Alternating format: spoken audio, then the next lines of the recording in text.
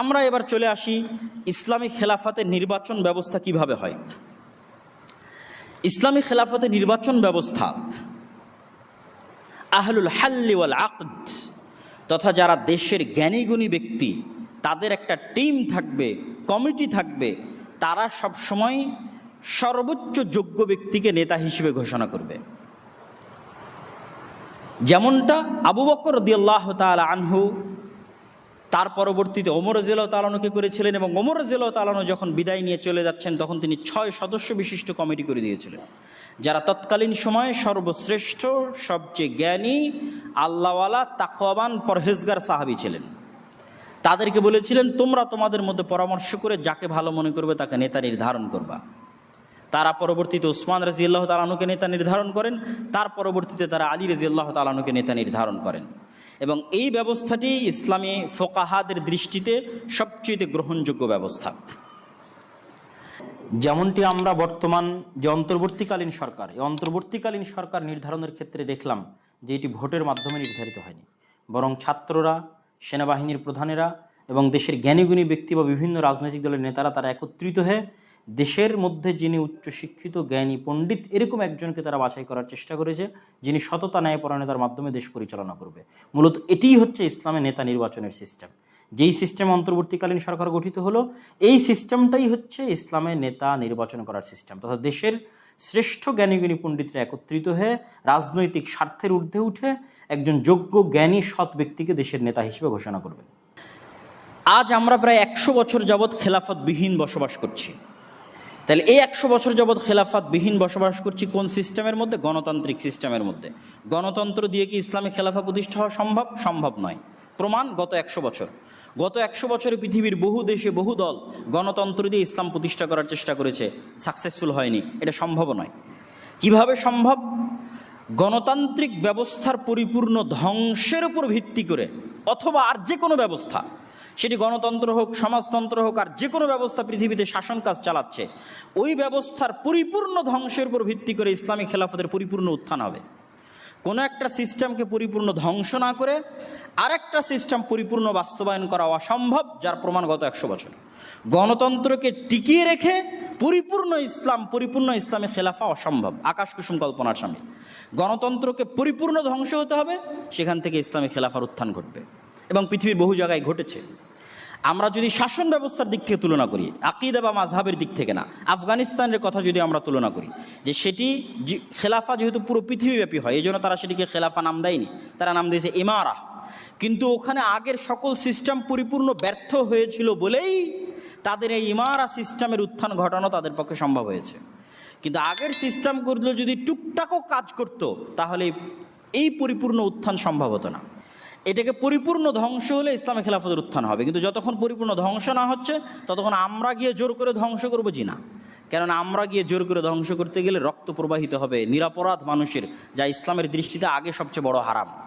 সবচেয়ে বড় হারাম ওইটা, মানুষের রক্ত প্রবাহিত করা। সম্মানিত উপস্থিতি, বাংলাদেশের সংক্ষিপ্ত ইতিহাস হচ্ছে, আমরা যে মানচিত্রে বসবাস করছি, এই মানচিত্র 1947-এ পাওয়া, 1971-এ নয়। যে মানচিত্রে আমরা আছি, মানচিত্র 1971-এর নয়, 1947-এর। কিন্তু 1947-এর সেই ইতিহাসকে গত 15 বছর ধ্বংস করা হয়েছে বাংলাদেশে, এবং বাংলাদেশকে একমুখী এবং এক ব্যক্তি কেন্দ্রিক ইতিহাস পড়ানো হয়েছে, যে 1971-এ বাংলাদেশের জন্ম, আর একজন ব্যক্তি বাংলাদেশ স্বাধীন করেছে, আর কারো এখানে কোনো অংশগ্রহণ নাই। এটি ছিল সম্পূর্ণ মিথ্যা একটা ইতিহাসের উপর ভিত্তি করে বাংলাদেশের জাতিসত্তাকে ধ্বংস করা। তাহলে 1947 আমরা পেলাম কিভাবে? 190 বছরের ব্রিটিশ বিরোধী আন্দোলনের মুখে। 190 বছরের ব্রিটিশ বিরোধী আন্দোলনের পূর্বে কি ছিল? 190 বছর ব্রিটিশ বিরোধী আন্দোলনের পূর্বে এখানে ছিল মোগলদের অধীনস্থ, দিল্লিতে মোগলরা ছিল, মোগলদের অধীনস্থ মুসলিম শাসন ব্যবস্থা বাংলায়। তার পূর্বে কি ছিল? তার পূর্বে ছিল স্বাধীন সুলতানি শাসন আমল। তখন দিল্লির মোগল মুসলিম শাসকরা বাংলার উপর পরিপূর্ণ কন্ট্রোল রাখতো না, বরং এখানে স্বাধীনভাবে সুলতানি শাসন আমল পরিচালিত হতো গৌড়কে কেন্দ্র করে। যে গৌড়টা হচ্ছে চাঁপাইনবাবগঞ্জের সোনা মসজিদ থেকে নিয়ে শুরু করে একদম ওল্ড স্টেশন মালদা রোড পর্যন্ত, এটি ছিল মূলত প্রায় 500 বছরের স্বাধীন সুলতানি শাসন আমলের মূল রাজধানী। এবং ওই মসজিদগুলো স্বাধীন সুলতানি শাসন আমলে তৈরি করা। নওগাঁর কুসুম্বা মসজিদ, রাজশাহীর বাঘা মসজিদ এবং চাঁপাইনবাবগঞ্জের সোনা মসজিদ, আর বর্ডার পার হওয়ার পর থেকে ওল্ড স্টেশন পর্যন্ত যেতে হাতের 2 ধারে যত মসজিদ আছে সব মসজিদ। তাহলে এটি ছিল সেই সময়ের রাজধানী। স্বাধীন সুলতানি শাসন আমলের পর মোগলদের অধীনস্থ বাংলা, মোগলদের অধীনস্থ বাংলার পর হচ্ছে ব্রিটিশদের অধীনস্থ বাংলা 190 বছর। ব্রিটিশদের বিরুদ্ধে তিতুমির, তারপরে হাজি শরীয়তুল্লাহ, তাদের মতো বড় বড় মানুষ, তারপরে ভারতে হচ্ছে সৈয়দ আহমদ বেরেলভি, শাহ ইসমাইল শহীদ, তাদের মতো মানুষদের যে বিদ্রোহ, যে জেহাদ পুনরায় মুসলমানদের শাসন ক্ষমতা ফিরিয়ে আনার জন্য, সেটিরই ধারাবাহিকতায় 1947 আমরা স্বাধীনতা পাই। যদিও ব্রিটিশরা যখন দেখলো স্বাধীনতা দিতে হবে, তখন তারা সেকুলারদের হাতে স্বাধীনতা দিয়ে গেছে। যারা জেহাদ করেছিল সশস্ত্র ইসলামকে ফিরিয়ে আনার জন্য, তাদের হাতে তারা ক্ষমতা দিয়ে যায়নি। এটি তাদের একটি নিজস্ব প্ল্যান পরিকল্পনা ছিল। এই জন্য সেকুলারদের দিয়ে তারা দল তৈরি করে এবং সেই দলের হাতে তারা ক্ষমতা দিয়ে যায়। মুসলিম লীগ আর কংগ্রেসের হাতে ভারত, পাকিস্তান, বাংলাদেশের ক্ষমতা দিয়ে যাওয়া হয়। আর এই বাংলা যেহেতু কোনোদিনই কেন্দ্র হতে পারেনি, কেন্দ্র যেহেতু ছিল কলকাতা কেন্দ্রিক, সেহেতু পাকিস্তান তথা 1947 পাকিস্তান প্রতিষ্ঠা হওয়ার আগ পর্যন্ত দীর্ঘ ব্রিটিশ শাসন আমলে রাজধানী ছিল কলকাতা। সেহেতু বাংলায় কিছুই ছিল না, না স্কুল কলেজ, না পাটকল, না বস্ত্রকল, না গার্মেন্টস, না ব্যবসা বাণিজ্য, না স্কুল, না কলেজ, না বিশ্ববিদ্যালয়, কিছুই ছিল না। এই অঞ্চলের মুসলমানের অধপতনের কারণে বঙ্গভঙ্গের সিদ্ধান্ত হয় 1905-এ, যেটা হিন্দুদের আন্দোলনের কারণে রদ হয়ে যায় 1911-তে। পরে মুসলমানদের অন্তরের শান্তির জন্য প্রতিষ্ঠা করা হয় ঢাকা বিশ্ববিদ্যালয়, প্রথম শিক্ষা প্রতিষ্ঠান এই বাংলায়। এবং আইয়ুব খানও যখন লিখেছেন, তিনি যখন এই বাংলায় এসেছেন, তখন এখানে কোনো স্কুল কলেজ ছিল না, কোনো পাট বা বস্ত্রকল, কোনো গার্মেন্টস কিছুই ছিল না। এতটা অনুন্নত ছিল এই অঞ্চল। কিন্তু এই অঞ্চলের অধিকাংশ মানুষ ছিল মুসলমান। তাদেরকে হিন্দু জমিদারেরা দীর্ঘ 190 বছর যাবৎ নীল চাষসহ বিভিন্ন কিছুর মাধ্যমে শোষণ করেছে। তাহলে এই যে 1905-এর বঙ্গভঙ্গ তথা পূর্ববঙ্গ, এই যে পূর্ববঙ্গের মুসলমানদেরকে কেন্দ্র করে যে জাতীয়তা, এই জাতীয়তার উপর ভিত্তি করে শেরে বাংলা একে ফজলুল হক, হোসেন শহীদ সোহরাওয়ার্দী, তারা শুরুর দিকে চাইতেন আমরা দুই বাংলা মিলে এক বাংলাদেশ করব। কিন্তু কলকাতার হিন্দু দাদা বাবুদের দ্বিমতের কারণে তারা বাঙালিত্বের পরিচয় পরে, আগে মুসলমানিত্ব রক্ষা করতে হবে, এই জন্য হাজার হাজার কিলোমিটার দূরের পাকিস্তানের সাথে যুক্ত হয়ে মুসলিম লীগ করে ভোটের ভিত্তিতে এই মানচিত্রটাকে স্বাধীন করেছেন 1947-এ, যে মানচিত্রে আমরা বসবাস করছি। পরে পাকিস্তানিদের অহংকারের কারণে এবং পাকিস্তান সেনাবাহিনীর জুলুমের কারণে যে যুদ্ধ হয়, সেটি হচ্ছে 1971-এর যুদ্ধ, যেটিকে জাস্ট আমরা এই মানচিত্র থেকে পাকিস্তানিদের সরিয়ে বাঙালিদের প্রতিষ্ঠিত করেছি। কিন্তু 1971-এর এই স্বাধীনতার পর বারবার সেনা অভ্যুত্থান এবং হত্যা, শেখ মুজিবুর রহমানের হত্যা, জিয়াউর রহমানের হত্যা, এগুলো সংগঠিত হয়েছে কেন? মুক্তিযোদ্ধার নন মুক্তিযোদ্ধার একটা যে বিভেদ, মুক্তিযোদ্ধা এবং রাজাকারের যে বিভেদ, যারা ইতিহাস পড়বে তারা দেখবে মুক্তিযোদ্ধা এবং রাজাকারের এই বিভেদের কারণে বাংলাদেশে কত ক্ষতি হয়েছে। ওই শুরুর দিকে সেনাবাহিনীর মধ্যে দ্বন্দ্ব চলতো, কারা মুক্তিযোদ্ধা সেনাবাহিনী, কারা পাকিস্তান ফেরত সেনাবাহিনী। সেই দ্বন্দ্বের কারণে এতগুলো সেনা অভ্যুত্থান হয়েছে ওই সময়। ওই দ্বন্দ্বের ভিত্তিতে শেখ মুজিবুর রহমানের হত্যা হয়েছে, দ্বন্দ্বের ভিত্তিতে জিয়াউর রহমানের হত্যা হয়েছে। পাশাপাশি আরও একটি বিষয় এই অঞ্চলে সংঘটিত হয়েছিল, সেটি হচ্ছে 1971-এ যুদ্ধ চলাকালীন সময় 7 দফার গোপন চুক্তি হয়েছিল। তৎকালীন প্রবাসী সরকার সেই চুক্তিটি স্বাক্ষর করেছিল বিদেশের মাটিতে বসে। যেই চুক্তির মধ্যে লেখা ছিল বাংলাদেশের নিজস্ব কোনো সেনাবাহিনী থাকবে না, বাংলাদেশের সেনাবাহিনী থাকবে না, জাস্ট প্যারামিলিটারি থাকবে, মিলিশিয়া থাকবে নিরাপত্তা রক্ষার জন্য। কখনো বাংলাদেশের প্রয়োজন হলে ভারত সাপোর্ট দিবে, তথা ভারতের একটা করদ রাজ্যে ওই চুক্তির ভিত্তিতে পরিণত করা হয়েছিল বাংলাদেশকে। এবং ভারতীয় গোয়েন্দা সংস্থা রয়ের অধীনে মুজিব বাহিনী নামে একটি বাহিনী গঠন করা হয়, যারা পরবর্তীতে রক্ষী বাহিনী নামে বাংলাদেশের প্রায় শত শত হাজার হাজার যুবককে হত্যা করেছে। যদিও ওই সমস্ত যুবকেরা ছিল বামপন্থী, তারাও কার্ল মার্কস এবং লেনিনের মতবাদে প্রভাবিত হয়ে এই দেশে সমাজতন্ত্র প্রতিষ্ঠা করতে চাইতো। কিন্তু তারা তৎকালীন সরকারের বিরোধী হওয়ায় তৎকালীন সরকারের রক্ষী বাহিনীতে ওই সমস্ত উচ্চশিক্ষিত তরুণদেরকে হত্যা করে, যার ফলশ্রুতিতে বাংলাদেশে দুর্ভিক্ষ দেখা দেয় 1974 সালে। তাহলে এই যে বাংলাদেশের অবস্থা সার্বিক 1947 থেকে 1975 পর্যন্ত যদি আমরা ধরি, গণনা করি, তাহলে এই অবস্থার ভিত্তিতে আমাদের কাছে যেটি শিক্ষণীয়, সেই শিক্ষণীয় বিষয়গুলোকে সামনে রেখেই আমি বাংলাদেশের জন্য কিছু প্রস্তাবনা বা আমরা কেমন বাংলাদেশ দেখতে চাই সেটি তুলে ধরার চেষ্টা করব।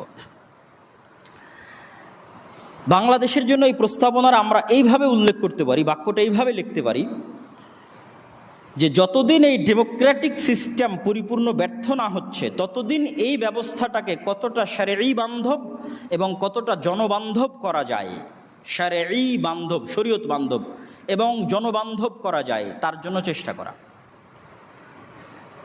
তো প্রথমত আমরা জনবান্ধবের বিষয়টাই আলোচনা করি, যে বাংলাদেশে এখন যে সিস্টেম চলতেছে সংসদীয় গণতন্ত্র। এই সিস্টেমটা এমনভাবে তৈরি যে এখানে যেই প্রধানমন্ত্রী হবে সেই স্বৈরাচার হয়ে যাবে, স্বাভাবিক। এই দেশে কোনো প্রদেশ নাই, কোনো প্রাদেশিক সিস্টেম নাই, এককেন্দ্রিক ক্ষমতা। এই এককেন্দ্রিক ক্ষমতা হওয়ার কারণে যেই প্রধানমন্ত্রী হবে সে অটোমেটিক স্বৈরাচার হয়ে যাবে। তাহলে এই ব্যবস্থার পরিবর্তন করে ক্ষমতার ভারসাম্য নিয়ে আসা দরকার। সম্ভব হলে বাংলাদেশের মধ্যে প্রাদেশিক সিস্টেম চালু করা দরকার, যেন অন্তত প্রদেশের মুখ্যমন্ত্রীর সাথে প্রধানমন্ত্রীর ক্ষমতার ভারসাম্য থাকে এবং কেউ চাইলেই যেন এক ঝটকায় স্বৈরাচার না হয়ে যেতে পারে। দ্বিতীয়ত, প্রেসিডেন্সিয়াল সিস্টেম এই সমস্ত দেশের জন্য, ভারত, পাকিস্তান, বাংলাদেশের মতো যে সমস্ত দেশে প্রতিষ্ঠান অনেক দুর্বল, প্রতিষ্ঠান মানে পুলিশ বাহিনী দুর্বল, আর্মি দুর্বল, বিচার বিভাগ দুর্বল, এগুলোকে বলা হয় প্রতিষ্ঠান। ইংল্যান্ড এবং আমেরিকায় গণতন্ত্র কেন চলে? ইংল্যান্ড এবং আমেরিকায় প্রতিষ্ঠান শক্তিশালী, পুলিশ তার মতো স্বাধীন শক্তিশালী, আর্মি তার মতো স্বাধীন শক্তিশালী, বিচার বিভাগ তার মতো স্বাধীন শক্তিশালী। যখন প্রতিষ্ঠানগুলো তার মতো স্বাধীন শক্তিশালী হয় তথা পুলিশ চাইলে প্রধানমন্ত্রীকেও গ্রেফতার করতে পারবে। এই স্বাধীন শক্তিশালী হওয়ার কারণে ওই দেশগুলোতে এখন পর্যন্ত গণতন্ত্র টিকে আছে, যদিও ওই গণতন্ত্রের চাইতে ইসলামী খেলাফা হাজার গুণে ভালো, যদি তারা জানতো এবং বুঝতো। কিন্তু আমাদের দেশে চলে না কেন? আমাদের দেশের প্রতিষ্ঠানগুলো দুর্বল। যে সরকারি আসে সে প্রতিষ্ঠানকে নিজের পকেটে নিয়ে নেয়। যেমন গত 15 বছরে এই সরকার পুলিশকে নিজের ব্যক্তিগত বাহিনীর মতো ব্যবহার করেছে, র্যাবকে ব্যক্তিগত বাহিনীর মতো ব্যবহার করেছে, তথা পুলিশের কোনো স্বতন্ত্রতা নাই, র্যাবের কোনো স্বতন্ত্রতা নাই, বিচার বিভাগের কোনো স্বতন্ত্রতা নাই। এই জন্য এই সমস্ত দেশে, যেই সমস্ত দেশে প্রতিষ্ঠানগুলো দুর্বল এবং যে কোনো সরকার প্রতিষ্ঠানকে নিজের কুক্ষিগত করে, সেই সমস্ত দেশে প্রেসিডেন্সিয়াল সিস্টেমই বেশি নিরাপদ, যে সারা দেশের জনগণ ভোট দিয়ে একজনকে প্রেসিডেন্ট নির্বাচন করবে, একজনকে প্রেসিডেন্ট নির্ধারণ করবে। এবং ক্ষমতার ভারসাম্য আনার জন্য তৃতীয় যে জিনিসটি এই সমস্ত গণতান্ত্রিক দেশে প্রয়োজন, সেটি হচ্ছে দ্বিকক্ষ বিশিষ্ট সংসদ। আমাদের দেশ এক কক্ষ বিশিষ্ট, ইংল্যান্ডেও দ্বিকক্ষ বিশিষ্ট। ইংল্যান্ডের যেটা উপরের কক্ষ সেটাকে বলে হাউস অফ লর্ডস, যেটা আপার উচ্চ কক্ষ যেটা। এই হাউস অফ লর্ডসে গির্জা থেকে যারা পাদ্রী আছে তারা অটোমেটিক চলে আসে সদস্য হিসেবে, এবং আরও বিভিন্ন বিচার বিভাগ থেকে আরও বিভিন্ন দিক থেকে তারা নির্ধারিত হয় এই হাউস অফ লর্ডসের। একমাত্র যেটা হাউস অফ কমন্স, তারাই নির্বাচিত হয় জনগণের সরাসরি ভোটে। ঠিক আমেরিকার ভোট ব্যবস্থার মধ্যেও ইলেকটোরাল ভোট, যেটি সরাসরি জনগণের ভোট নয়, বরং এই ধরনের কিছু বাছাইকৃত জ্ঞানীগুণী ব্যক্তির তাদের ভোটের মাধ্যমে প্রেসিডেন্ট নির্বাচিত হয়। এই জিনিসটা বাংলাদেশে চালু করার জন্য দ্বিকক্ষ তথা উচ্চ কক্ষ একটা থাকবে, যারা সরাসরি জনগণের ভোটে নির্ধারিত হবে না, বরং তারা দেশের জ্ঞানীগুণী ব্যক্তি হবে। দেশের উচ্চশিক্ষিত বিশ্ববিদ্যালয় থেকে শুরু করে মাদ্রাসা আলেম ওলামা থেকে শুরু করে বিচারপতি থেকে শুরু করে জ্ঞানীগুণী উচ্চশিক্ষিত মানুষগণ সেটির সদস্য হবে, ওই দ্বিকক্ষ বিশিষ্ট সংসদের উচ্চ কক্ষের সদস্য হবে। এবং যে কেউ চাইলে আইন, আজ 350 জনের মধ্যে 300 জন ভোট দিয়ে দিল বা 300 জন 290 জন ভোট দিয়ে দিল, আইন পাশ হয়ে গেল, এই ধারাবাহিকতা তখন কমে আসবে। দুই কক্ষের মতামত গ্রহণ করতে হবে, মতামত গ্রহণ করে তখন সেটিকে আইনে পরিণত করতে হবে, তথা যে কোনো কিছুকে আইনে পরিণত করা কঠিন হয়ে যাবে এবং স্বৈরাচারী ব্যবস্থার ফিরে আসা কঠিন হয়ে যাবে। বাংলাদেশের জন্য আরও যে বিষয়গুলো জনবান্ধব করার জন্য আরও যে বিষয়গুলো বাংলাদেশে চালু করা উচিত, আমরা ধারাবাহিক সেই প্রস্তাবনাগুলো পড়ে আজকের বক্তব্যের আমরা ইতি টানার চেষ্টা করব। প্রথমত, অতি দ্রুত সময়ের মধ্যে সংবিধান সংশোধন করত দ্বিকক্ষ বিশিষ্ট সংসদীয় ব্যবস্থা চালু করা, ইংল্যান্ড এবং আমেরিকার আদলে। দ্বিতীয়ত, প্রেসিডেন্ট পদ্ধতির নির্বাচন ব্যবস্থা চালু করা, এই সংসদীয় প্রধানমন্ত্রী ব্যবস্থা বিলোপ করা। সংসদের উচ্চকক্ষে দেশের শীর্ষস্থানীয় জ্ঞানী গুণী ব্যক্তিগণ স্থান পাবেন, তারাই নির্ধারণ করবেন কারা প্রেসিডেন্ট প্রার্থী হওয়ার যোগ্য। একজন চাইলেও আর প্রেসিডেন্ট প্রার্থী হয়ে গেল, একজন চাইলেও আর প্রধানমন্ত্রী প্রার্থী হয়ে গেল জি না, দেশের জ্ঞানীগুণী ব্যক্তিরাই নির্ধারণ করবেন যে অমুক ব্যক্তি প্রেসিডেন্ট হওয়ার যোগ্য, অনুমোদন দিবেন যে হ্যাঁ সে প্রেসিডেন্ট হওয়ার যোগ্য হতে পারে, তা এদের মধ্যে থেকে মানুষ যাকে চায় তাকে বাছাই করে নিতে পারে। 4, সংবিধানে শরীয়ত বিরোধী কোনো আইন প্রণয়ন করা যাবে না মর্মে একটি ধারা রাখতে হবে। আমরা বলিনি যে সংবিধান সরাসরি শারঈ হতে হবে, কেননা বললেও এটা বাস্তবায়ন হবে না। একটা ডেমোক্রেটিক গণতান্ত্রিক সিস্টেমের মধ্যে দিয়ে ইসলামিক খেলাফা আসে না, যেটা আমি আগে ক্লিয়ার করেছি। কিন্তু ন্যূনতম এতটুকু দাবি আলেম ওলামা, ইসলামী দল, ইসলামী সংগঠনগুলো সরকারের কাছে করতে পারে যে আপনার সংবিধানে অন্তর্ভুক্ত থাকতে হবে যেন ইসলামের সাথে সাংঘর্ষিক কোনো বিধান না প্রণয়ন হয়। এটা আমি একটু খুলে বলি। যেমন চুরি করলে ইসলামের বিধান হচ্ছে হাত কাটতে হবে, তাহলে পরিপূর্ণ ইসলামী খেলাফা আসলে হাত কাটা হবে। আর যখন একটা ডেমোক্রেটিক সিস্টেম আছে, গণতান্ত্রিক ব্যবস্থাপনা আছে, তখন চুরি করলে তার হয়তো 1-2 বছরের জেল হতে পারে, কিন্তু ওই ব্যবস্থা চুরিকে সম্পূর্ণ হালাল বলেনি। যদি এই ব্যবস্থা চুরিকে সম্পূর্ণ হালাল বলতো তাহলে এটা ইসলামের সরাসরি সাংঘর্ষিক হয়ে যেত, কিন্তু এটা পরিপূর্ণ ইসলামী ব্যবস্থাপনা নয়, কেন চুরি করলে হাত কাটা হচ্ছে না, অন্য আরেকটা বিধান আরোপ করা হচ্ছে, কিন্তু অন্তত চুরি তো অপরাধ, তাহলে এটা ইসলামের সাথে সাংঘর্ষিক নয়। তাহলে ন্যূনতম এই জিনিসটা নিশ্চিত করতে হবে যে সরাসরি ইসলামের সাথে সাংঘর্ষিক যেন কোনো কিছু না আসে।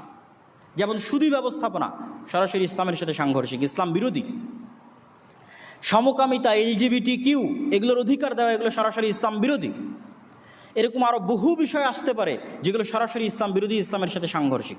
সেই ধরনের কোনো কিছু যেন না হতে পারে, এতটুকু ন্যূনতম বিধান যে কোনো গণতান্ত্রিক দেশে অন্তর্ভুক্ত করা যেতে পারে, যেমনটা পাকিস্তানেও আছে। পাকিস্তান একটা গণতান্ত্রিক দেশ, কিন্তু এই ধরনের ধারা সংযুক্ত করা আছে সংবিধানের সাথে।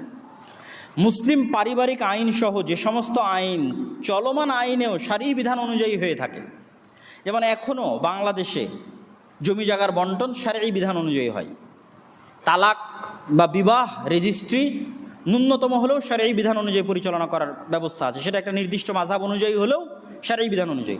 তাহলে মুসলিম পারিবারিক আইন সহ যে সমস্ত আইন শারঈ বিধান অনুযায়ী পরিচালিত হয়, সেগুলোর জন্য সম্পূর্ণ ভিন্ন শারঈ কোড চালু করা, ভিন্ন শারঈ কোড, চলমান আইন থেকে সম্পূর্ণ বাহিরে গিয়ে ভিন্ন শারঈ কোড চালু করা। সুদবিহীন ইসলামী অর্থনীতিকে প্রতিষ্ঠা করার ব্যবস্থা করা, যেটি জনকল্যাণমূলক ইসলামী অর্থনীতি। 8, জাতীয় সঙ্গীতকে পরিবর্তন করে বাংলাদেশের 1947-এর যে মানচিত্র, 1905-এর যে বঙ্গভঙ্গ, এই মানচিত্রকে ধারণ করে এই রকম জাতীয়তাবোধে উদ্বুদ্ধ সম্পূর্ণ জাতীয় সঙ্গীত দরকার, যেই জাতীয় সঙ্গীত দুই বাংলাকে একত্রিত করে দিবে, আমার এই মানচিত্রকে ভেঙে দিবে, বা এই বাংলাদেশকে ভারতের অধীনস্থ করে দিবে, এই রকম মনোভাব সম্পূর্ণ জাতীয় সঙ্গীত বাদ দিয়ে দিতে হবে। 9, ভারতের সাথে যত দাসত্বের চুক্তি আছে সকল চুক্তি ছিন্ন করতে হবে এবং সমতার ভিত্তিতে চুক্তিগুলোকে নবায়ন করতে হবে। সেটি ট্রানজিট হোক, করিডোর হোক, সমুদ্র বন্দর প্রদান করা হোক, যা কিছু হোক, সকল কিছু নির্ধারণ হতে হবে সমতার ভিত্তিতে, গোলামি বা দাসত্বের ভিত্তিতে নয়। 10, তিস্তা পদ্মা সহ ভারত বাংলাদেশের মধ্যে যত যৌথ নদী আছে সকল যৌথ নদীর ন্যায্য হিস্সা ভারতের নিকট থেকে বুঝে নিতে হবে এবং নদীগুলোকে পুনরুজ্জীবিত করার জন্য আপ্রাণ চেষ্টা করতে হবে। ভবিষ্যৎ পৃথিবীতে যদি কোনোদিন বিশ্বযুদ্ধ হয়, সেটি পানিকে নিয়েই হতে পারে, আর আল্লাহ সুবহানাহু ওয়া তাআলা এই দেশে পানির অফুরন্ত ব্যবস্থা রেখেছে, কিন্তু সেগুলোকে হত্যা করা হচ্ছে। 300-এর অধিক নদী মৃত্যুবরণ করেছে শুধু ভারতের বিভিন্ন বাঁধের কারণে। মরুভূমিতে পরিণত হয়ে গেছে পদ্মার মতো নদী, তিস্তার মতো নদী। আর এই মরুভূমিতে পরিণত হওয়া নদীতে যখন আবার পানি আসে, তখন বন্যার কারণে হাজার হাজার গ্রাম ডুবে যায়। এই ব্যবস্থার বিলোপ হতে হবে। 11, প্রাদেশিক ব্যবস্থা চালু করতে হবে যাতে ক্ষমতার এক কেন্দ্রীকরণ সম্ভব না হয়, যে ক্ষমতা একজনের হাতে কুক্ষিগত হয়ে গেল আর সে স্বৈরাচার হয়ে গেল, এটি যেন সম্ভব না হয়। 12, রাজধানীর বিকেন্দ্রীকরণ করতে হবে, সব কিছু রাজধানীতে, আর রাজধানীর বাইরে কিছু নয়। আর কত চাপ নিবে এ ঢাকা? আপনি যতই মেট্রো রেল করেন, যতই এক্সপ্রেসওয়ে করেন, যতই ফ্লাইওভার করেন, আপনি যদি রাজধানীকে বিকেন্দ্রীকরণ না করেন, তাহলে এই ঢাকা একদিন বসবাসের অনুপযোগী হয়ে যাবে। অতএব রাজধানী ভিন্ন করতে হবে, ব্যবসায়িক রাজধানী, প্রশাসনিক রাজধানী, অফিস আদালত পৃথক পৃথক করতে হবে, বিভিন্ন জায়গায় হতে হবে, সব কিছু ঢাকায় হতে হবে, এমনটি যেন না হয়। 13, বিচার ব্যবস্থা সম্পূর্ণরূপে স্বাধীন করে দিতে হবে, তাহলে ক্ষমতার ভারসাম্য আসবে। 14, পুলিশ বাহিনীকে সংস্কার করত জনবান্ধব হিসেবে গড়ে তুলতে হবে এবং পুলিশকে যেন কেউ রাজনৈতিক স্বার্থে ব্যবহার না করতে পারে, এই জন্য পুলিশকে একটা স্বতন্ত্র বাহিনী হিসেবে গড়ে তুলতে হবে। যেমন আর্মি একটা স্বতন্ত্র বাহিনী, পুলিশকে এরকম স্বতন্ত্র বাহিনী হিসেবে গড়ে তুলতে হবে, যেন তারা কারো রাজনৈতিক স্বার্থ চরিতার্থের জন্য জনগণের উপর গুলি না চালায়। 15, বিচার বহির্ভূত হত্যা এবং গুম সম্পূর্ণরূপে নিষিদ্ধ করতে হবে, যা গত 15 বছর এই সরকারের কালচার ছিল, এবং 1971 থেকে 1975 যে সরকার ছিল তাদেরও কালচার ছিল গুম করা, হত্যা করা, আর বলা যে বন্দুক যুদ্ধে মারা গেছে, র্যাবের সাথে বন্দুক যুদ্ধে মারা গেছে, সম্পূর্ণ বানোয়াট এবং মিথ্যা কথা। ইচ্ছাকৃত হত্যা করা হয়েছে, লেখা হয়েছে বন্দুক যুদ্ধে মারা গেছে। বিচার বহির্ভূত হত্যা শুধুই হত্যা, বিচার বহির্ভূত হত্যা শুধুই হত্যা, আর কিছু না। একজন মানুষকে দেশের প্রধান চাইলে হত্যা করতে পারে না, বিচার ব্যবস্থার মধ্যে অন্তর্ভুক্ত করে তার বিচার হতে হবে, এটি ইসলামও বলে। ইসলামেও বিচার বহির্ভূত হত্যা শুধুই হত্যা, নিছক হত্যা। খলিফা চাইলে একজন মানুষকে হত্যা করে দিল, জি না। খলিফা যাকে অপরাধ করতে দেখছে ওকে বিচার বিভাগে পেশ করবে, বিচারপতি ফায়সালা করবে সাক্ষী সবুতের ভিত্তিতে যে এর কী অবস্থা এবং এর কী ফাঁসি হবে না শুলি হবে না জেল হবে কি হবে সেটার ফায়সালা দিবে। এর একচ্ছত্র মালিকানা কারো কাছে নাই। চাইলেও একজনকে উঠিয়ে নিয়ে গেল আর গুলি করে হত্যা করে দিল, চরম মানবাধিকারের লক্ষণ এবং ইসলামেরও লঙ্ঘন। ইসলামে এটি নিছক হত্যা এবং সবচেয়ে ভয়াবহ অপরাধ হচ্ছে হত্যা। শিক্ষা ব্যবস্থা এবং পাঠ্যপুস্তক নতুন করে ঢেলে সাজাতে হবে, কর্মমুখী, জ্ঞানভিত্তিক এবং আদর্শ ও নীতিভিত্তিক শিক্ষা ব্যবস্থা গড়ে তুলতে হবে। কর্মমুখী মানে আমাদের দেশের শিক্ষা ব্যবস্থা হচ্ছে মানুষ এখান থেকে পড়বে আর শুধু সরকারি চাকরি নেবে, আর কারো কোনো লক্ষ্য উদ্দেশ্য নাই। পড়াশোনা করবে, বিসিএস হবে আর সরকারি চাকরি নেবে বা অন্য কোনো কোম্পানিতে চাকরি করবে।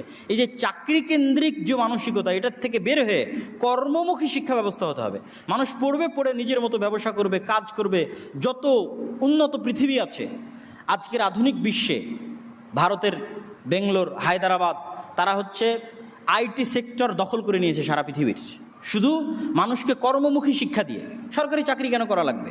আইটি সেক্টর দখল করে নিয়ে তারা কোটি কোটি টাকা ইনকাম করতেছে অনলাইনে বসে থেকে, বিদেশে গিয়ে সার্ভিস দিয়ে। এরকম অসংখ্য কর্মমুখী শিক্ষা গড়ে তুলতে হবে যেন মানুষ শুধু চাকরিমুখী না হয়, বরং স্বাধীন হিসেবে কর্মমুখী চিন্তাভাবনা যেন করে। দ্বিতীয়ত বলা হয়েছে জ্ঞানভিত্তিক, তৃতীয়ত বলা হয়েছে নীতি নৈতিকতা ভিত্তিক তথা ধর্মভিত্তিক। চলমান যে শিক্ষা সিলেবাস আছে সেখানে মানুষকে সেকুলারের নামে, মানবাধিকারের নামে, ধর্মনিরপেক্ষতাবাদের নামে মানুষকে এমন বেপরোয়া স্বাধীনতা দেওয়া হয়েছে যেন মানুষ পশুত্বের স্তরে নেমে আসে। এটি বন্ধ করতে হবে। শিক্ষা প্রতিষ্ঠানগুলোতে ছাত্র রাজনীতি চিরতরে নিষিদ্ধ করতে হবে। এই ছাত্র রাজনীতির পরিবেশ থাকার কারণেই শিক্ষা প্রতিষ্ঠানগুলোতে পড়াশোনা ধ্বংস হয়ে গেছে, বিশ্ববিদ্যালয়গুলো থেকে পড়াশোনা উঠে গেছে। জনগণের অর্থের অপচয় করে মূর্তি এবং ভাস্কর্য বানানো নিষিদ্ধ করতে হবে। তাহলে জনগণের ট্যাক্সের টাকা দিয়ে কেন কোটি কোটি টাকা দিয়ে মূর্তি ভাস্কর্য তৈরি করতে হবে? রাজশাহীতে একটা তৈরি করা ছিল জনগণের কোটি কোটি টাকা দিয়ে, ঢাকাতে এরকম শত শত মূর্তি তৈরি হয়েছে কোটি কোটি টাকা দিয়ে। এটা বন্ধ করতে হবে। এটা জনগণের টাকা, এটা আমানত রক্ষা করতে হবে। সারে এই দিক থেকে তো নিষিদ্ধ, সেটা ভিন্ন কথা, কিন্তু আপনি জনগণের টাকা কেন অপচয় করবেন, নষ্ট করবেন? এটা কখনোই হতে পারে না। 19, কৃষি খাতে ভর্তুকি দিয়ে দেশকে খাদ্যে স্বয়ংসম্পূর্ণ হিসেবে গড়ে তুলতে হবে। খাদ্যে স্বয়ংসম্পূর্ণ হওয়া অনেক বড় ব্যাপার। আমাদের সরকারগুলো মনে করে শুধু রাস্তাঘাট বানাবো আর শুধু ব্রিজ কালভার্ট তৈরি করবো, এটি উন্নয়ন। জি না, উন্নয়ন মূলত দুটো জিনিসের উপর নির্ভর করে। এক, আপনি খাদ্যে স্বয়ংসম্পূর্ণ। দুই, আপনি শিক্ষা, জ্ঞান এবং ব্যবসায় উন্নত, স্বাস্থ্যে উন্নত। উন্নত প্রতিষ্ঠান লাগবে, ব্যবসার জন্য উন্নত প্রতিষ্ঠান লাগবে, শিক্ষার জন্য উন্নত প্রতিষ্ঠান লাগবে, জ্ঞান গবেষণার জন্য উন্নত প্রতিষ্ঠান লাগবে এবং খাদ্যে স্বয়ংসম্পূর্ণ হওয়ার জন্য উন্নত কৃষি ব্যবস্থা লাগবে।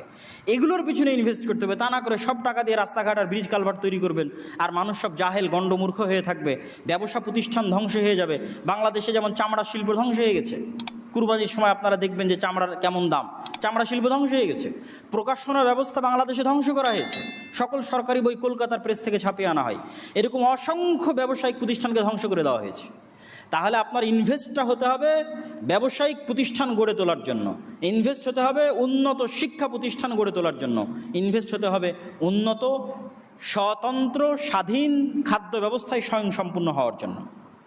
সর্বশেষ বক্তব্যের সর্বশেষের আবেদন, সেটি হচ্ছে বাংলাদেশের আজকের যে অবস্থা, আজকের যে অবনতি, গত 15 বছর আমরা যে জুলুম এবং শাসন দেখেছি, বা 1971 থেকে 1975 যে জুলুম শাসন দেখা গেছে, সেটি মূলত বাংলাদেশকে বিভক্ত করার কারণে দেখা গেছে।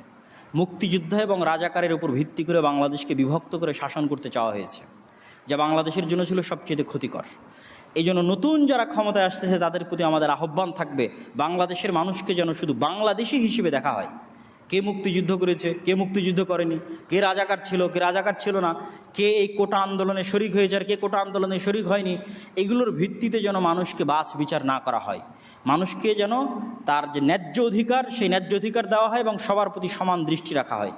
এবং কারো যদি কোনো দলীয় পরিচয় থেকে থাকে তাহলে সেটিকে ক্ষমা সুন্দর দৃষ্টিতে যেন দেখা হয়। কেউ যদি রাজাকার হয়ে থাকে তাকে ক্ষমা করে দিতে হবে, কেউ যদি আওয়ামী লীগ হয়ে থাকে তাকে ক্ষমা করে দিতে হবে। হ্যাঁ, নির্দিষ্ট কোনো অপরাধ করলে তার বিচার হতে পারে, যে সে হত্যার সাথে জড়িত, গুমের সাথে জড়িত, তার বিচার হবে। কিন্তু শুধু আওয়ামী লীগ করে এই জন্য তার প্রতি অন্যায়, জুলুম, অত্যাচার, অফিস আদালত, বাড়িঘর পুড়িয়ে দেওয়া, এটা ওই একই কালচার, যেই কালচার গত 15 বছর ছিল। এই কালচারের মাধ্যমে কখনো দেশে শান্তি ফিরে আসতে পারে না, কখনো দেশ উন্নত হতে পারে না। অতএব এই কালচার থেকে ফিরে আসতে হবে এবং মানুষকে ক্ষমা করা শিখতে হবে।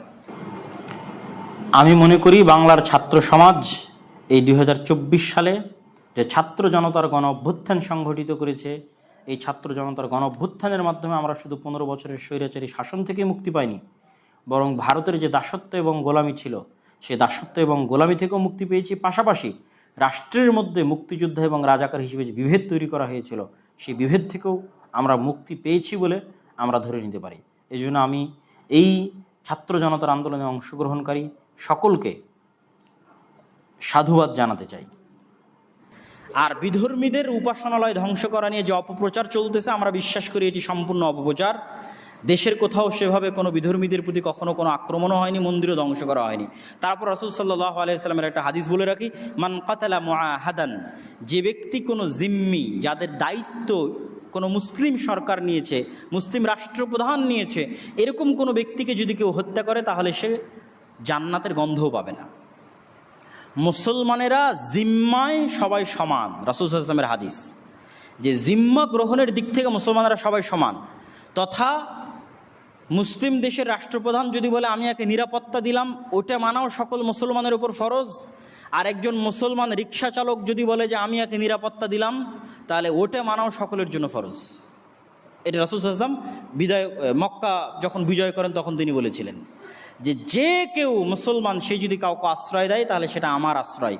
মুসলমানেরা তাদের জিম্মায় সবাই সমান। তাহলে একটা মুসলমানের ন্যূনতম সদস্য যদি জিম্মায় সমান হয়, তাহলে একটা রাষ্ট্র যখন কাউকে নিরাপত্তা দিচ্ছে আর আপনি আর এক মুসলমান হিসেবে তাকে হত্যা করছেন, এটি কখনো ইসলাম সম্মত হতে পারে না। সম্মানিত উপস্থিতি, তো বক্তব্যের শেষে আমি আরেকটু বিষয় আরেকবার একটু স্পষ্ট করি, সেটি যে সেকুলার বা ধর্মনিরপেক্ষতাবাদ, এটির যে দর্শন, তারা বলে যে আমরা ধর্মকে শুধু মসজিদের মধ্যে, মন্দিরের মধ্যে, গির্জার মধ্যে সীমাবদ্ধ রাখতে হবে, ধর্ম যেন রাষ্ট্রে না আসে। এটি অত্যন্ত ভয়ঙ্কর এবং ইসলাম বিরোধী একটি বিশ্বাস। আমরা শুরুতে যে ইসলামী খেলাফতের ব্যবস্থা আলোচনা করেছি, ইসলাম হচ্ছে সর্বব্যাপী, সর্বগ্রাসী। মানুষের ব্যক্তিগত জীবন, পারিবারিক, সামাজিক, রাষ্ট্রীয় জীবন সকল কিছু ইসলামের অন্তর্ভুক্ত। ইসলাম নিজেই একটা ভয়ঙ্কর বিশ্বায়ন। জন্মগত মুসলিম কাউকে হতে হবে না, যে কেউ ইসলাম গ্রহণ করলে সে মুসলিম হয়ে যাবে।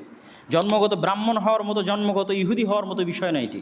এই জন্য সারা পৃথিবী একাই গ্রাস করতে পারে ইসলাম। এবং ইসলামের যে ন্যায় নীতি, ন্যায়পরায়ণতা আছে এবং মানুষের যে সমতা আছে, এটি সেকুলারিজমের চেয়ে 1000 গুণে উত্তম। তাহলে সেকুলারিজমের এই সহজ পাঠ, সহজ বুলি কেন আমাদেরকে আওড়ানো হয়?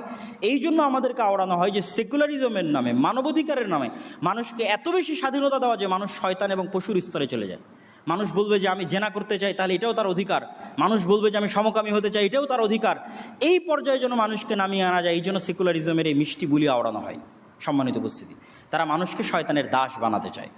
তা আমরা আমাদের এই বক্তব্যের শেষাংশে এসে যদি সারমর্ম করি, সেটি হচ্ছে যে ইসলামী খেলাফত ব্যবস্থা চায় মানুষের দাসত্ব থেকে বের হয়ে সবাই সমানভাবে আল্লাহর দাসত্বের অধীনস্থ হোক। একজন খলিফাও আল্লাহ সুবহানাহু ওয়া তাআলার দাস, আর খলিফার অধীনস্থ যে মামুর সেও আল্লাহ সুবহানাহু ওয়া তাআলার দাস।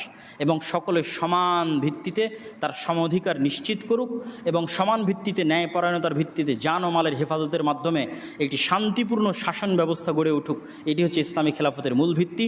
এর বাইরে আর যে কোনো থিওরি আসুক না কেন, সেই থিওরি অকার্যকর এবং সেই থিওরি পরিপূর্ণ শান্তি, পরিপূর্ণ নিরাপত্তা প্রদানে ব্যর্থ। কিন্তু ওই থিওরি আসার জন্য এই সমস্ত থিওরিকে পরিপূর্ণ ব্যর্থ হতে হবে। আর এই সমস্ত থিওরি যতদিন পরিপূর্ণ ব্যর্থ না হচ্ছে, ততদিন সেটিকে কতটা জনবান্ধব এবং কতটা শরীয়ত বান্ধব করা যায় তার জন্য আমাদের জায়গা থেকে চেষ্টা করতে হবে, আমাদের জায়গা থেকে দাওয়াত দিতে হবে। প্রভাবক শক্তি হিসেবে দেশের রাজনীতিতে প্রভাবক শক্তি হিসেবে আমাদের সক্রিয় অংশগ্রহণ অব্যাহত রাখতে হবে।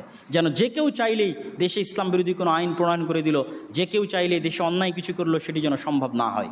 এই জন্য মুসলমানদেরকেও এই যে চলমান প্রক্রিয়া আছে, এই প্রক্রিয়াতে সক্রিয় অংশগ্রহণ থাকতে হবে প্রভাবক শক্তি হিসেবে, যেন একটি শরঈ বান্ধব এবং একটি জনবান্ধব রাষ্ট্র গড়ে তুলতে আমরা পারি।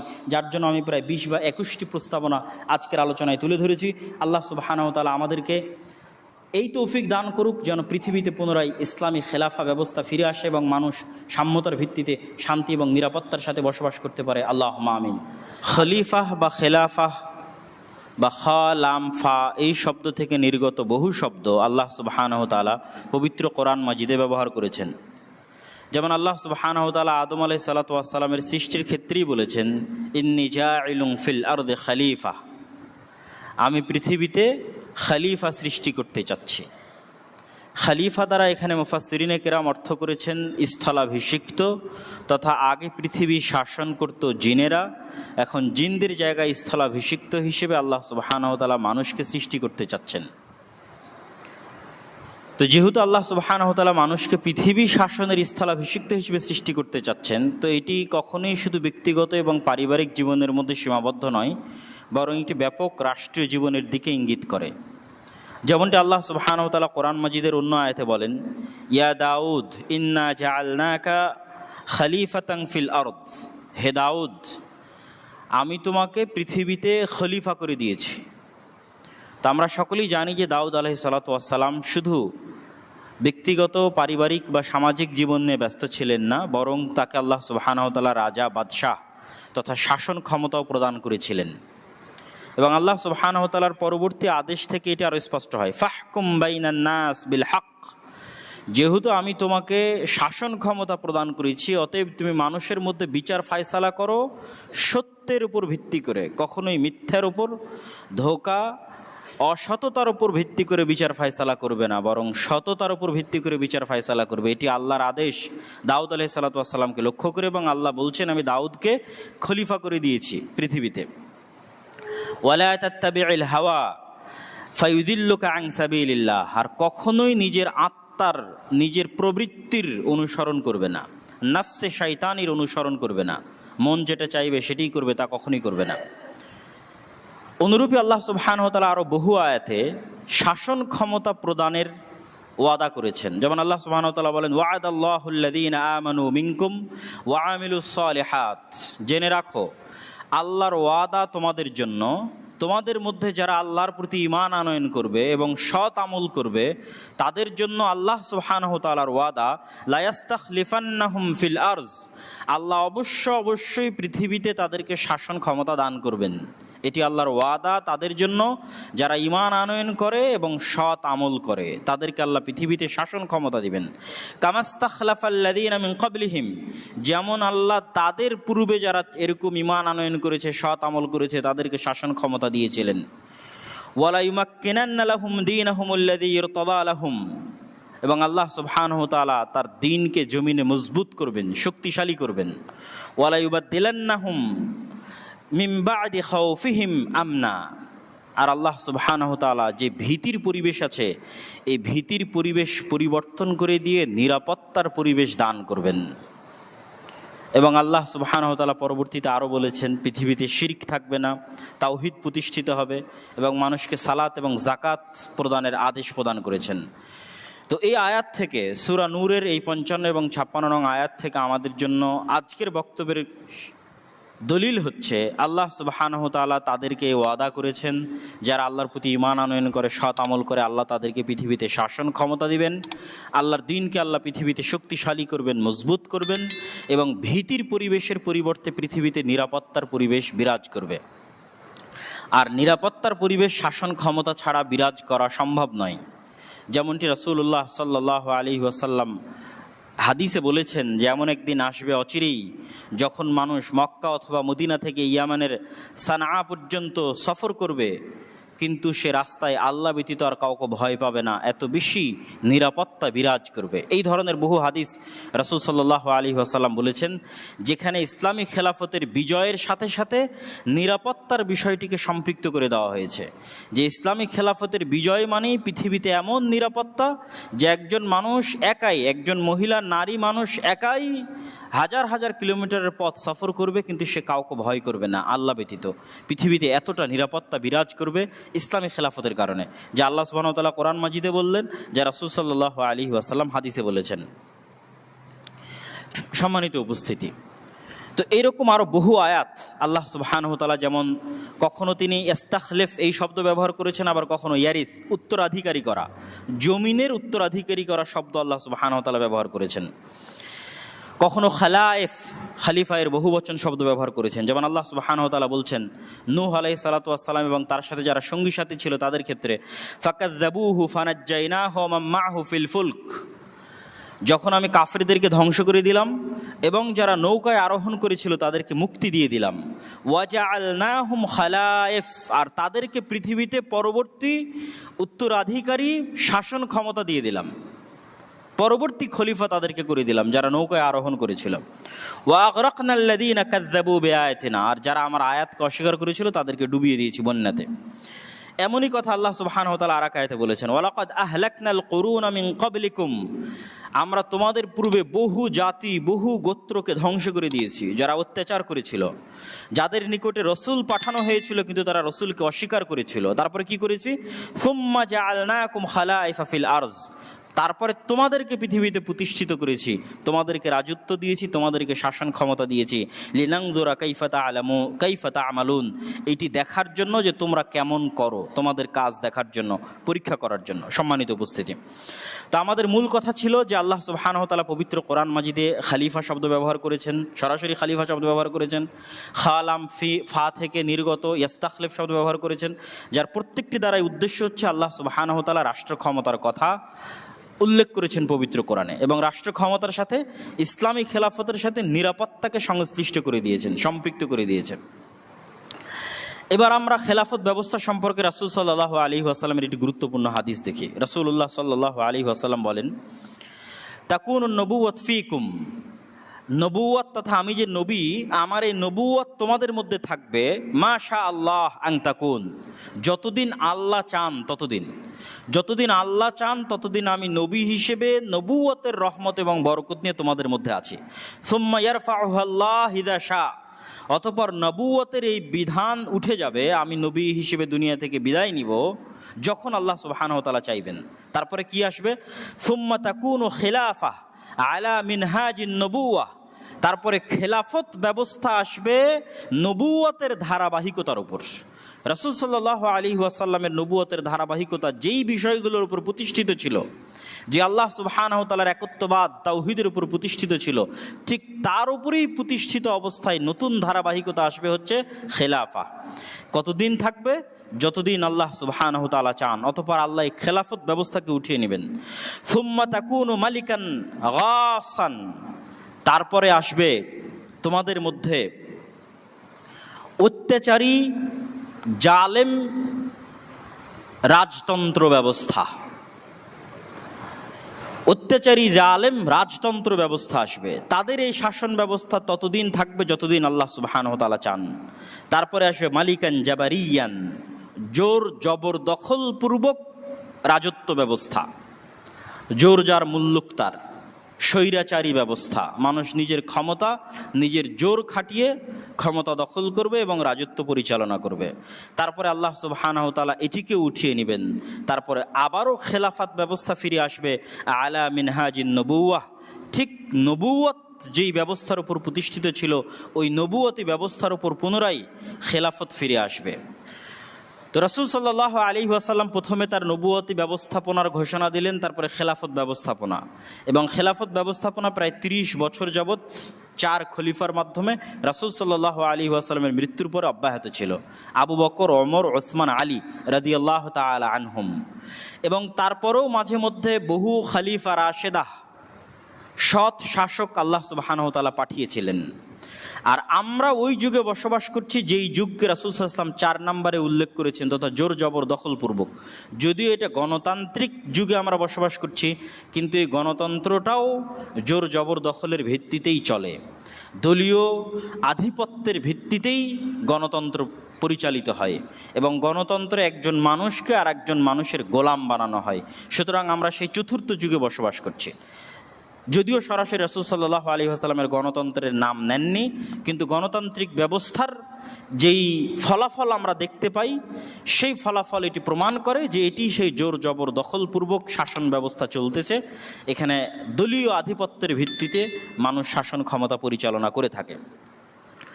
তো সর্বশেষে রাসূল সাল্লাল্লাহু আলাইহি ওয়াসাল্লাম যে বললেন খেলাফত ব্যবস্থা পুনরায় আসবে, সেটির আরেকটি হাদিসে তার স্পষ্ট প্রমাণ পাওয়া যায়। রাসূলুল্লাহ সাল্লাল্লাহু আলাইহি ওয়াসাল্লাম বলছেন, পৃথিবীর বুকে আলা বাহরিল আরজ, পৃথিবীর বুকে বাইতু মাদারিন ওয়ালা ওয়াবারিন, এমন কোনো মাটির বাড়ি, এমন কোনো পাকা বাড়ি অবশিষ্ট থাকবে না, ইল্লা আদখালাহুল্লাহু কালিমাতাল ইসলাম বিইজ্জি আজিজিন আও যুল্লি যালিলিন, এমন কোনো মাটির বাড়ি এবং পাকা বাড়ি অবশিষ্ট থাকবে না যে পাকা বাড়ি মাটি বাড়িতে আল্লাহ ইসলাম প্রবেশ করাবেন, কোথাও সম্মানের সাথে, কোথাও অপমানের সাথে। তো এই যে সারা পৃথিবীব্যাপী যে খেলাফা প্রতিষ্ঠিত হবে, সেটি কিয়ামতের পূর্ব মুহূর্তের খেলাফা, যার কথা রাসূলুল্লাহ সাল্লাল্লাহু আলাইহি ওয়াসাল্লাম আগের হাদিসে বলেছেন।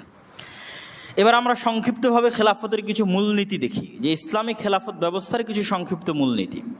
ইসলামী খেলাফত ব্যবস্থার সবচেয়ে বড় মূলনীতি হচ্ছে, ইসলামী খেলাফতে এই বিশ্বাস রাখা হয় যে ক্ষমতা এবং রাজত্বের মালিক কোনো মানুষ নয়, জনগণ নয়, কোনো পরিষদ নয়, কোনো কমিটি নয়, কোনো দেশ নয়। ক্ষমতা এবং রাজত্বের একচ্ছত্র মালিকানা আল্লাহ সুবহানাহু ওয়া তাআলার। এবং এটি শুধু আক্ষরিক অর্থে নয়, বরং বাস্তবিক অর্থে বিশ্বাস করা হয়। এবং আল্লাহ সুবহানাহু ওয়া তাআলা কোরআন মাজিদে বারবার এটির ঘোষণা দিয়েছেন। যেমন আল্লাহ সুবহানাহু ওয়া তাআলা বলেন, ফাহাজামুহুম বিইজনিল্লাহ ওয়া কাতালা দাউদ জালুতা, দাউদ জালুতকে হত্যা করলো, ওয়া আতাহুল্লাহুল মুলকা, আর আল্লাহ দাউদকে রাজত্ব দিয়ে দিলেন। ওয়ালাউলা দাফউল্লাহিন নাস বা'দহুম বিবা'দ, আর আল্লাহ যদি একজন শক্তিশালী দিয়ে আরেকজন শক্তিশালীকে পরাজিত না করতেন, লাফাসাদাতিল আরজ, তাহলে পৃথিবী ফাসাদে পরিপূর্ণ হয়ে যেত। তথা ফেরাউনের স্বৈরাচারী ব্যবস্থা যদি টিকেই থাকতো, পৃথিবী ধ্বংস হয়ে যেত। আল্লাহ সুবহানাহু ওয়া তাআলা মুসা দিয়ে ফেরাউনের স্বৈরাচারী ব্যবস্থাকে ধ্বংস করে দিয়েছে। আমরা যেই স্বৈরাচারী শাসককে কিছুদিন পূর্বে হারালাম, যিনি পালিয়ে গেলেন, তার এই স্বৈরাচারী ব্যবস্থা যদি তার মৃত্যু পর্যন্ত অব্যাহত থাকতো, তাহলে ফাসাদ ছড়িয়ে যেত। তো আল্লাহ সুবহানাহু ওয়া তাআলা কখনোই কাউকে চিরস্থায়ীভাবে পৃথিবীতে রাজত্ব দেন না। এটি আল্লাহর মূলনীতি। আল্লাহ কোরআনে বলছেন, তিনি সবসময় কি করেন, বা'দাহুম বিবা'জ, এক শক্তিশালীকে দিয়ে আর এক শক্তিশালীর উচ্ছেদ ঘটান।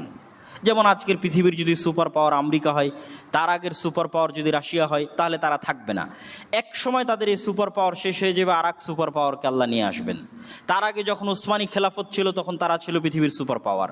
তো এই যে আল্লাহ সুবহানাহু ওয়া তাআলা ক্ষমতার পালাবদল ঘটান, এটি পৃথিবীতে ক্ষমতার ভারসাম্য রক্ষা করার জন্য, মানুষের মধ্যে শান্তি এবং নিরাপত্তা রক্ষা করার জন্য আল্লাহ ঘটিয়ে থাকেন। আল্লাহ সুবহানাহু ওয়া তাআলা বলছেন, কুলিল্লাহুম্মা মালিকাল মুলক তুতিল মুলকা মান তাশা, বলুন আল্লাহ সুবহানাহু ওয়া তাআলাই হচ্ছে সকল রাজত্বের মালিক। তুতিল মুলকা মান তাশা, যাকে ইচ্ছা তাকে রাজত্ব দান করেন। ওয়া তানজিউল মুলকা মিম্মান তাশা, যাকে ইচ্ছা তার কাছ থেকে রাজত্ব ছিনিয়ে নেন। একদম স্পষ্ট ভাষায় আল্লাহ সুবহানাহু ওয়া তাআলা বলছেন, পৃথিবীর সকল রাজত্বের মালিক আল্লাহ। যখন যাকে ইচ্ছা রাজত্বে বসান, যখন যাকে ইচ্ছা তার কাছ থেকে রাজত্ব ছিনিয়ে নেন। একচ্ছত্র মালিকানা আল্লাহর হাতে, মানুষের হাতে সাময়িক সময়ের জন্য পরিবর্তন হতে থাকে। ওয়া তুইজ্জু মান তাশা ওয়া তুযিল্লু মান তাশা, আল্লাহ যাকে ইচ্ছা তাকে সম্মানিত করেন, যাকে ইচ্ছা তাকে অপমানিত করেন। ইন্নাকা আলা কুল্লি শাইইন কাদির, আর হে আল্লাহ আপনি সকল কিছুর উপর ক্ষমতাবান। মুসা আলাইহিস সালাতু ওয়াস সালামও বানু ইসরাইলকে বলেছিলেন, ইস্তাঈনু বিল্লাহ ওয়াসবিরু, তোমরা আল্লাহর সাহায্য চাও, ধৈর্য ধারণ করো। ইন্নাল আরদা লিল্লাহ, এই পৃথিবী একমাত্র আল্লাহর, এই পৃথিবী একমাত্র আল্লাহর। ইউরিসুহা মান ইয়াশা, এই পৃথিবীতে আল্লাহ যাকে ইচ্ছা তাকে ক্ষমতায় বসান।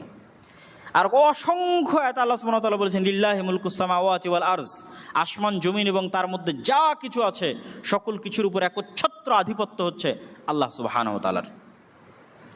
সম্মানিত উপস্থিতি, তাহলে ইসলামী খেলাফত ব্যবস্থার মূল বিশ্বাস কি? যে ক্ষমতার মালিক কোনো মানুষ নয়, কোনো জনগণ নয়। ক্ষমতা মানুষের কাছে সাময়িকভাবে আসে, স্থায়ীভাবে ক্ষমতার একচ্ছত্র মালিকানা আল্লাহ সুবহানাহু ওয়া তাআলার হাতে। ইসলামী খেলাফত ব্যবস্থার দ্বিতীয় সবচেয়ে বড় মূলনীতি হচ্ছে মানুষের সমতা এবং মানুষের জান ও মালের নিরাপত্তা। মানুষের সমতা এবং মানুষের জান ও মালের নিরাপত্তা। ইসলামের নিকটে, ইসলামী খেলাফত ব্যবস্থার নিকটে মানুষের জান ও মালের নিরাপত্তা এত উপরে যে সকল হালাল হারাম হয়ে যেতে পারে মানুষের জান বাঁচানোর জন্য, আর সকল হালালও হারাম হয়ে যেতে পারে, হারামও হালাল হয়ে যেতে পারে মানুষের জান বাঁচানোর জন্য। তথা ইসলামের সবচেয়ে প্রায়োরিটি হচ্ছে মানুষের জীবনের হেফাজত করতে হবে, মানুষের ধন সম্পদের হেফাজত করতে হবে, মানুষের রক্তের হেফাজত করতে হবে।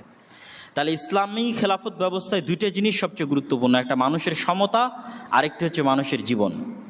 যেমন মানুষ যদি মারা যায় আর ওই অবস্থায় যদি শুকুরের গোস্ত থাকে, তাহলে শুকুরের গোস্ত তার জন্য খাওয়া হালাল, কেননা জীবন বাঁচানো ইসলামে সবচেয়ে বেশি গুরুত্বপূর্ণ, সবচেয়ে দামি, সবচেয়ে প্রায়োরিটি। আর সমতার বিষয়টি আল্লাহ সুবহানাহু ওয়া তাআলা কোরআন মাজিদে স্পষ্ট করে দিয়েছেন। তিনি মানুষকে সবসময় মানুষ হিসেবে সম্বোধন করেছেন। যখন তিনি মানুষকে সম্বোধন করেছেন তখন মানুষ হিসেবে সম্বোধন করেছেন।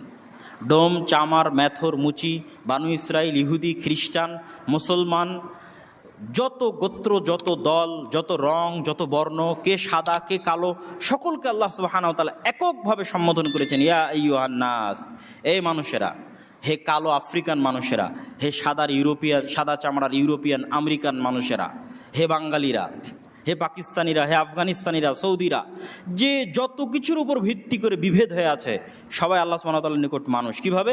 ইন্না খালাকনাকুম মিন যাকারি ওয়া উনসা, তোমাদের সবাইকে আমি এক পুরুষ আর এক নারী থেকে সৃষ্টি করেছি, অতএব সবাই সমান। কে কালো কে সাদা, আর কে ডোম কে চামার, কে মেথর, কে মুচি, সবাই আল্লাহর নিকটে সমান, সবাই আল্লাহর নিকটে আল্লাহর বান্দা, সবাই আল্লাহর নিকটে আদম এবং হাওয়ার সন্তান। ইন্না খালাকনাকুম মিন যাকারি ওয়া উনসা, এক পুরুষ আর এক নারী থেকে সৃষ্টি করেছি। ওয়া জাআলনাকুম শুউবান ওয়া ক্বাবাইলা লিতাআরাফু, আর তোমাদেরকে জাতি আর গোত্রের মধ্যে ভাগ করে দিয়েছি, ভাষার দৃষ্টিতে ভাগ করে দিয়েছি, জাতি গোত্র হিসেবে ভাগ করেছি যেন তোমরা পরস্পরকে চিনতে পারো।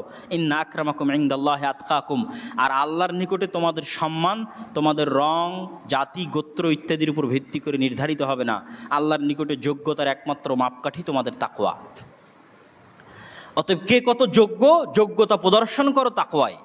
কোন ঘরে জন্মগ্রহণ হয়েছে, কোন বংশে জন্মগ্রহণ হয়েছে, এটি দিয়ে আল্লাহ সুবহানাহু ওয়া তাআলা কাউকে মাপেন না। আল্লাহর নিকটে যোগ্যতার একমাত্র মাপকাঠি হচ্ছে তাকওয়া। এবং এই আয়াত প্রমাণ করে যে পৃথিবীতেও মানুষকে যোগ্যতার ভিত্তিতে মূল্যায়ন করা উচিত। পৃথিবীতে মানুষকে তার রং, তার কালার, তার জাতি, গোত্রভেদে মূল্যায়ন না করে তাকেও তার যোগ্যতা অনুযায়ী মূল্যায়ন করা উচিত। তো যোগ্যতার অনেক ক্যাটাগরি থাকতে পারে, কিন্তু আল্লাহর নিকটে একটাই ক্যাটাগরি, সেটি তাকওয়া। আর দুনিয়াতে যোগ্যতার অনেক ক্যাটাগরি থাকতে পারে। যদি বিশ্ববিদ্যালয়ের ভিসি নির্ধারণ করার দরকার হয়, তাহলে যে সবচেয়ে যোগ্য, সবচেয়ে শিক্ষিত তাকে নির্ধারণ করতে হবে। যদি হিসাব রক্ষক নির্ধারণ করার প্রয়োজন হয়, তাহলে যে সবচেয়ে ভালো হিসাব বুঝে তাকে নির্ধারণ করতে হবে। এটা একটা যোগ্যতা। তথা যোগ্যতার মাপকাঠিতে মানুষকে নিয়োগ দিতে হবে, কোটার ভিত্তিতে নয় বা অন্য কোনো কিছুর ভিত্তিতে নয়। মানুষের সমতার বিষয়ে আল্লাহ সুবহানাহু ওয়া তাআলার এই আয়াতের পাশাপাশি রাসূল সাল্লাল্লাহু আলাইহি ওয়াসাল্লামের একটি হাদিসও আমাদের জন্য স্মরণীয়। বিদায় হজ্জের ভাষণে রাসূল সাল্লাল্লাহু আলাইহি ওয়াসাল্লাম বলেন, ইয়া আইয়ুহান নাস, হে মানব জাতি। তিনিও এখানে আল্লাহর মতো মানুষকে মানুষ হিসেবে সম্বোধন করেছেন। ইন্না রাব্বাকুম ওয়াহিদ, তোমাদের প্রতিপালক একজন। ওয়া ইন্না আবাকুম ওয়াহিদ, আর তোমাদের সবার পিতা একজন। পৃথিবীর কালো, সাদা, বৌদ্ধ, হিন্দু, মুসলমান সবার পিতা একজন। আলা আলা ফাজদালি আরাবিয়িন আলা আজামিয়িন, কোনো আরবের কোনো প্রাধান্য নেই কোনো অনারবের উপরে। ওয়ালা আলি আজামিন আলা আরাবিয়িন, আর কোনো অনারবের কোনো প্রাধান্য নেই কোনো আরবের উপরে। ওয়ালা আলি আহমার আলা আসওয়াদ, আর কোনো লাল কালারের ব্যক্তির কোনো প্রাধান্য নেই কালো বর্ণের কোনো ব্যক্তির উপর, আর কোনো কালো বর্ণের কোনো প্রাধান্য নেই কোনো লাল বর্ণের উপর। ইল্লা বিত তাকওয়া, তবে মান মর্যাদা নির্ধারিত হবে তাকওয়া, পরহেজগারিতার উপর ভিত্তি করে। সম্মানিত উপস্থিতি, তো রাসূল সাল্লাল্লাহু আলাইহি ওয়াসাল্লামের এই হাদিসও আল্লাহ সুবহানাহু ওয়া তাআলার ওই আয়াতের মতো, যে আয়াতটি আমরা বললাম সেটির মতো স্পষ্ট করে দিল যে ইসলামী খেলাফতে বা ইসলামী ব্যবস্থায় সকল মানুষ এক আদমের সন্তান হিসেবে, এক আল্লাহর বান্দা হিসেবে সমান। তাদের মধ্যে জাত পাত, গোত্র, বর্ণ কোনো কিছুর ভিত্তিতে কোনো রকম পার্থক্য করা যাবে না। তাহলে আমরা ইসলামী খেলাফত ব্যবস্থার দ্বিতীয় স্পষ্ট মূলনীতি কি দেখলাম? মানুষের মধ্যে সমতা এবং রক্তের সর্বোচ্চ মূল্য, মানুষের জান ও মালের সর্বোচ্চ হেফাজত। 3 নম্বর, ইসলামী খেলাফত ব্যবস্থায় তৃতীয় সবচেয়ে গুরুত্বপূর্ণ বিষয় হচ্ছে ন্যায়পরায়ণতা। এই 3টে জিনিসের উপরে ইসলামী খেলাফত ব্যবস্থা টিকে থাকে। 1, ক্ষমতার একচ্ছত্র মালিকানা আল্লাহ সুবহানাহু ওয়া তাআলা। 2, মানুষের সমতা, মানুষের জান ও মালের নিরাপত্তা। আর 3 হচ্ছে ন্যায়পরায়ণতা। এই ন্যায়পরায়ণতা আমরা মুসলমানেরা এবং আমরা আলেম ওলামারা মানুষকে বুঝাতে ব্যর্থ। আমরা মানুষকে বুঝিয়েছি ইসলাম মানে শুধু সালাত, সিয়াম, হজ, জাকাত। তখন মানুষ কি করছে? মানুষ যখন এতটুকুই বুঝে নিয়েছে যে ইসলাম মানে সালাত, সিয়াম, হজ, জাকাত, তখন প্রশ্ন ফাঁস করে যে টাকা ইনকাম করছে, সে বলছে আমি প্রশ্নে ফাঁসের টাকা আল্লাহর রাস্তায় দান করি। নাউজুবিল্লাহি মিন যালিক। আর একজন দুর্নীতি করে মানুষের সম্পদ দখল করে হজ করতে গিয়ে মনে করতেছে আমি সকল গুনাহ ক্ষমা করে নিয়েছি। কেন আমরা মানুষকে ন্যায়পরায়ণতা বুঝাতে পারিনি? আমরা মানুষকে বুঝিয়েছি ইসলাম মানে শুধু সালাত, সিয়াম, হজ, জাকাত। এই জন্য বাংলাদেশের যত ওসি, ডিসি, এসপি, মন্ত্রী, মিনিস্টার, সচিব, যে যেখানে দায়িত্ব পালন করছে, এদের 100তে 100 জন কোনো না কোনো ধর্মীয় প্রতিষ্ঠানের সাথে সম্পৃক্ত আছে। হয় জালসার প্রধান অতিথি, বিশেষ অতিথি, নয় মসজিদ মাদ্রাসার কমিটি। আর অন্তত 60 থেকে 70% মানুষ হজ এবং উমরা সম্পূর্ণ করেছে। আর অন্তত 30 থেকে 40% মানুষ সালাত আদায় করে। কিন্তু আপনি এই একটা মাপকাঠিতে তাদেরকে মাপেন যে এদের কতজন ন্যায়পরায়ণ। এই যে যতজন হাজি, সালাত আদায়কারী, মসজিদ মাদ্রাসার কমিটি, ওসি, ডিসি, এসপি, মন্ত্রী, মিনিস্টার, সচিব, এরা কতজন নিজ নিজ দায়িত্বে ন্যায়পরায়ণ। অথচ তারা দাবি করছে আমরা মুসলমান, এবং তারা মনে করে নিয়েছে এই সালাত সিয়াম দিয়ে তারা জান্নাতে চলে যাবে। এই ব্যর্থতা আমাদের যে আমরা তাদেরকে বুঝাতে পারিনি যে ইসলাম মানে সবার আগে ন্যায়পরায়ণতা। ইসলামের সর্বোচ্চ স্থান হচ্ছে ন্যায়পরায়ণতার। আল্লাহ সুবহানাহু ওয়া তাআলা নিজে ন্যায়পরায়ণ এবং সত্যবাদী, নবী রাসূল পাঠিয়েছেন ন্যায়পরায়ণ এবং সত্যবাদী। এই দুটো বিষয়ের উপর ভিত্তি করে ইসলাম টিকে আছে, সত্য আর ন্যায়পরায়ণতা। ইসলামের প্রত্যেকটা বিধান সত্য এবং ন্যায়। যেমন চুরি করলে হাত কাটতে হবে, এটি সত্য এবং ন্যায়, এটা অন্যায় নয়। আল্লাহ সুবহানাহু ওয়া তাআলা নিজের উপর যেই বিষয়কে সবচেয়ে কঠোরভাবে হারাম করেছেন সেটা হচ্ছে জুলম, অত্যাচার। ইন্নী হারামতু যুলমা আলাইয়া। আর তিনি নিজেকে ন্যায়পরায়ণ হিসেবে ঘোষণা করেছেন। এই জন্য পৃথিবীতে যত মানুষ ন্যায় পাবে না, তাদের ন্যায় দেওয়ার দায়িত্ব আল্লাহর কিয়ামতের মাঠে। যদি তিনি ওই সমস্ত মানুষকে কিয়ামতের মাঠে ন্যায় না দিতে পারেন, তাহলে তিনি রব হিসেবে মিথ্যুক, নাউজুবিল্লাহ। কিন্তু তিনি তা হবেন না, এটাই তার ওয়াদা। তাহলে তার সবচেয়ে বড় বৈশিষ্ট্য হচ্ছে তিনি ন্যায়পরায়ণ। তিনি তার সাথে সম্পৃক্ত সকল গুনাহ ক্ষমা করে দিবেন। কিন্তু এক মানুষ আর এক মানুষের উপর জুলুম করবে, এটা যতক্ষণ ওই মানুষ ক্ষমা না করবে ততক্ষণ আল্লাহ ক্ষমা করবেন না, কেননা তিনি ন্যায়পরায়ণ।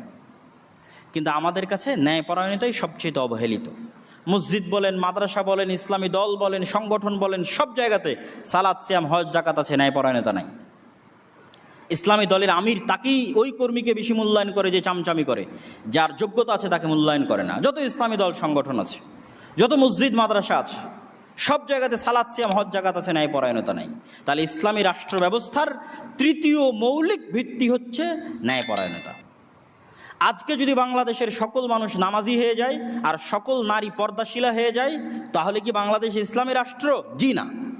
বাংলাদেশ তখন ইসলামী রাষ্ট্র যখন এখানে একজনের প্রতি অন্যায় করা হবে না, তখন ইসলামী রাষ্ট্র। কেউ কারো সম্পদ অন্যায়ভাবে ভক্ষণ করতে পারবে না, কেউ কারো প্রতি অন্যায়ভাবে প্রহার করতে পারবে না, কেউ কারো ন্যায্য অধিকার অন্যায়ভাবে ছিনিয়ে নিতে পারবে না, তখন ইসলামী রাষ্ট্র। তখন যদি নামাজ নাও পড়ে তাহলে সেটা আল্লাহ সুবহানাহু ওয়া তাআলা ক্ষমা করে দিবেন, কিন্তু রাষ্ট্র ইসলামী। তখন যদি কেউ পর্দা নাও করে তা আল্লাহ সুবহানাহু ওয়া তাআলা ক্ষমা করে দিতে পারেন, কিন্তু রাষ্ট্র ইসলামী। তাহলে আমাদের মাথা থেকে এই চিন্তা বের করে দিতে হবে যে আমরা যেটাকে মনে করছি এটাই ইসলাম, জি না। ইসলামের মূল ভিত্তি ন্যায়পরায়ণতা। তাহলে একটা ইসলামী দল কখন ইসলামী দল? যখন তার মধ্যে ন্যায়পরায়ণতা আছে। খালি ইসলামের নামে বড় বড় লেকচার দিলে ইসলামী দল, জি না। একটা মাদ্রাসা কখন ইসলামী মাদ্রাসা?